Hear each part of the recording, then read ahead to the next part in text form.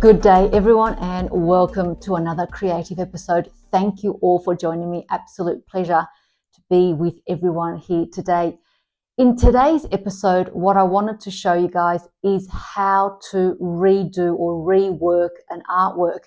Now, this painting behind me right here, which is this one up here, is one that I painted a couple of years ago. And as you can tell, I'm totally obsessed with flowers. Always have been, absolutely always loved being surrounded by flowers. And when I was very young, being raised by my grandmothers, I was totally immersed in growing flowers, around flowers. And so it seems like it's embedded in my psyche, and therefore one can't escape but really paint them. So tulips have been quite prominent. We lived in an area a couple of years ago that always had tulip festivals, and now that we live in Canberra, it also has a tulip festival. And if you haven't seen my latest episode of tulip painting, I'll pop the link in the description below. Please do so. But I wanted to revisit the tulip idea, and this is a painting that I created from a couple of years ago, as I've already said. And one of the things that I love about it is the colors. I mean, I'm always a very colorful artist, but the thing that always bothered me was the actual vase. I just don't like how the colors are fighting with the pink. I really wanted the tulips to stand out. And yeah, I kind of missed the point with the yellow vase. So I'm going to redo that whole painting and insert a glass jar within the artwork. So I'm going to show you that process, how to repaint an artwork and how to get your fresh layer of paint to stick on something that's old. The one thing that I do love about this painting, or the surface that it was painted on, is that it was painted on a board. So it makes it really easy to sand it a little bit back and then be able to paint on top of it. I have repainted artworks that have been on canvas and linen.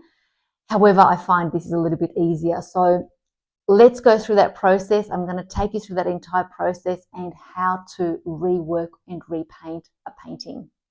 Now, one of the things that you want to keep in mind is the technique you're going to use when reapplying the paint. For me, and for those that have been with me for a while now, I tend to paint wet into wet. So this time around, I don't want to entirely work the whole painting. So I have to apply a different technique, which I believe it's called scrambling, or a thin layer, or even maybe go and do glazing. But because I am getting rid of the entire yellow vase, so with this in particular, I'd have to apply a little bit more of a thicker paint, and potentially there could be some wet into wet. But everywhere else, I'll need to apply scrambling technique. Have a look that up online. I'm sure you can get a lot more information than what I can give you in this video, but just keep that in mind. The second point to keep in mind is the composition or perspective. This particular composition here, to me, feels like you're looking a little bit down on it. And I always had a little bit of an issue with the way that the eye is viewing the artwork. So I'm going to do my best to level that out as if we're looking at it straight ahead. Another thing that I want to keep in mind is to make sure that the tone of the artwork meshes together. It actually comes together. Whilst I love this blue that's in the background, I want to perhaps just slightly knock it back, knock that brightness back a little bit. So give it more of a dull feel. One of the rules of thumb when you paint still lifes is that if you have bright flowers, then you have a light background. If you have light flowers, you tend to have a darker background. So just keep that in mind. But for me, I don't know, I'm finding that blue, maybe it's an old color, I don't know, but I'm finding it a little bit too bright, particularly that I'm going to put in a glass jar as the vessel over the yellow vase. I want to keep that background a little bit more duller and let the tulips flourish through. So again, these are really important points that you might want to keep on top of as you are reworking an artwork.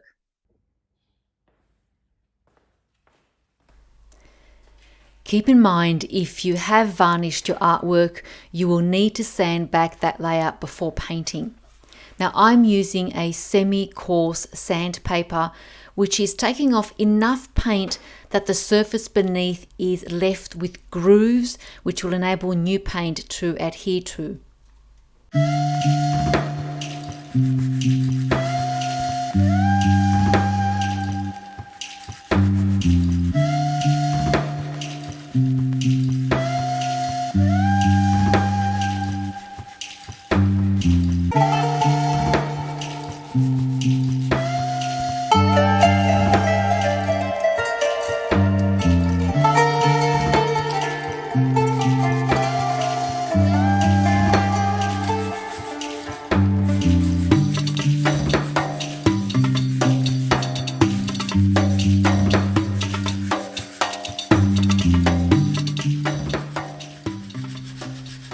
During the sanding process, I pay attention to what I like about the work.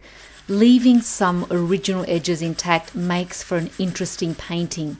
In this case, my focus are the tulips. Just remember that reworking an oil painting, it needs care and respect for the original artwork.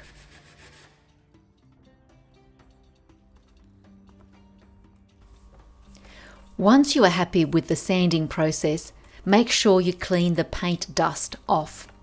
I first use a brush and then I move to a lint-free damp cotton cloth. I specifically used a black cloth so that I can assess if there's any paint dust left over on the surface.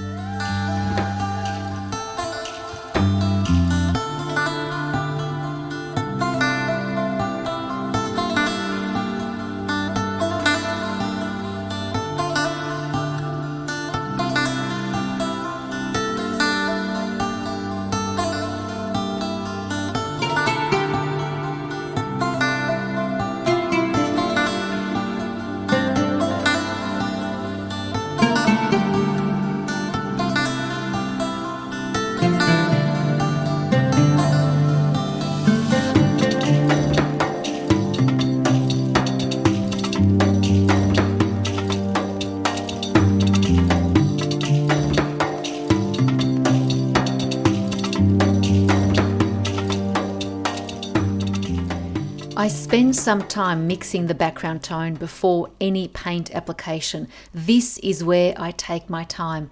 I can honestly spend around 5 to 10 minutes simply mixing colour. Once I'm happy with the tone, I always make sure to assess against the tulips before I start to paint.